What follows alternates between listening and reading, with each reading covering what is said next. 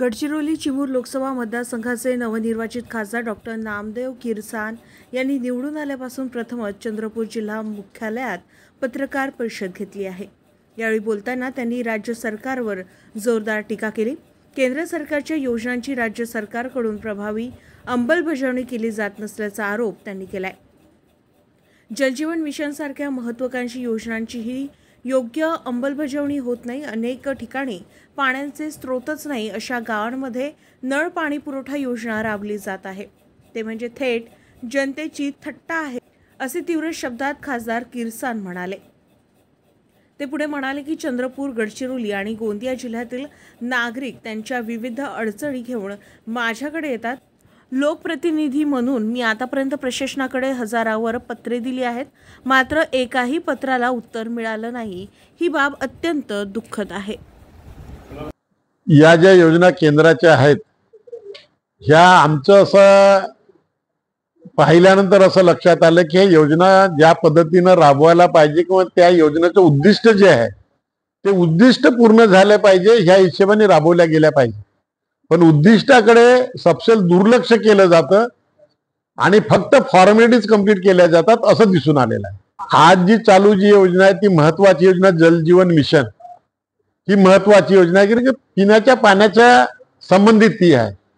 प्रत्येक गावामध्ये पिण्याचं पाणी घरोघरी देण्याचं शुद्ध पाणी असं आश्वासन दिलंय प्रधानमंत्र्यांनी, म्हणून केंद्राची योजना आहे ती आणि त्याच्या अंतर्गत कोट्यावधी रुपये खर्च होत आहेत, परंतु अजूनही अनेक गावांमध्ये ते पाणी त्या नळांमध्ये गेलेलं नाही अशी परिस्थिती निर्माण झालेली आहे। आणि जे काम त्याच्यासाठी केले ते अत्यंत निकृष्ट दर्जाचं काम आणि भ्रष्टाचार सुद्धा त्याच्यामध्ये आहे।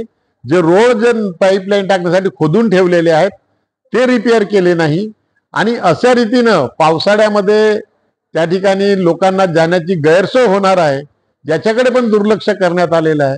ज्या ठिकाणी पाण्याचा सोर्स उपलब्ध नाही त्या ठिकाणी ते नळ योजना टाकण्यात आलेली आहे, परंतु पाण्याचा सोर्स नसल्यामुळे नळामध्ये पाणी नाही अशी परिस्थिती आहे।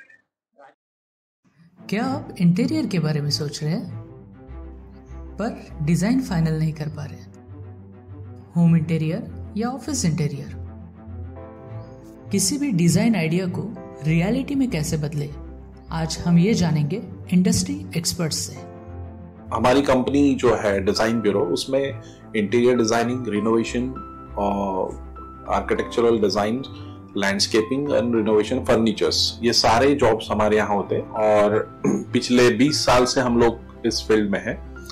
और इसमें 2 से 3 कैटेगरी आप इसको डिवाइड कर सकते हैं, जिसमें कि हम रेसिडेंशियल बोलते हैं, कमर्शियल बोलते हैं और रिनोवेशंस बोल सकते हैं। बेसिकली क्लाइंट्स की नीड्स को अंडरस्टैंड करना, सो नीड बेस्ड एनालिसिस हमारे यहाँ होता है।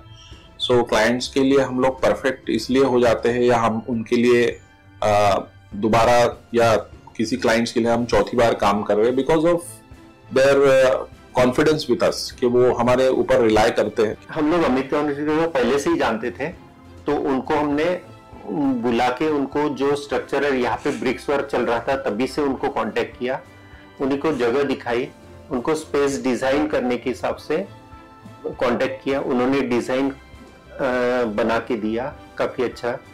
जो भी उसमें जो भी चेंजेस थे उनको वर्कआउट किया हमने। जब जो मटेरियल लेना था वो साथ में हमारे आए, सिलेक्शन के लिए आए, वो जो भी सारा सिलेक्शन उन्होंने काफी अच्छे से करवाया।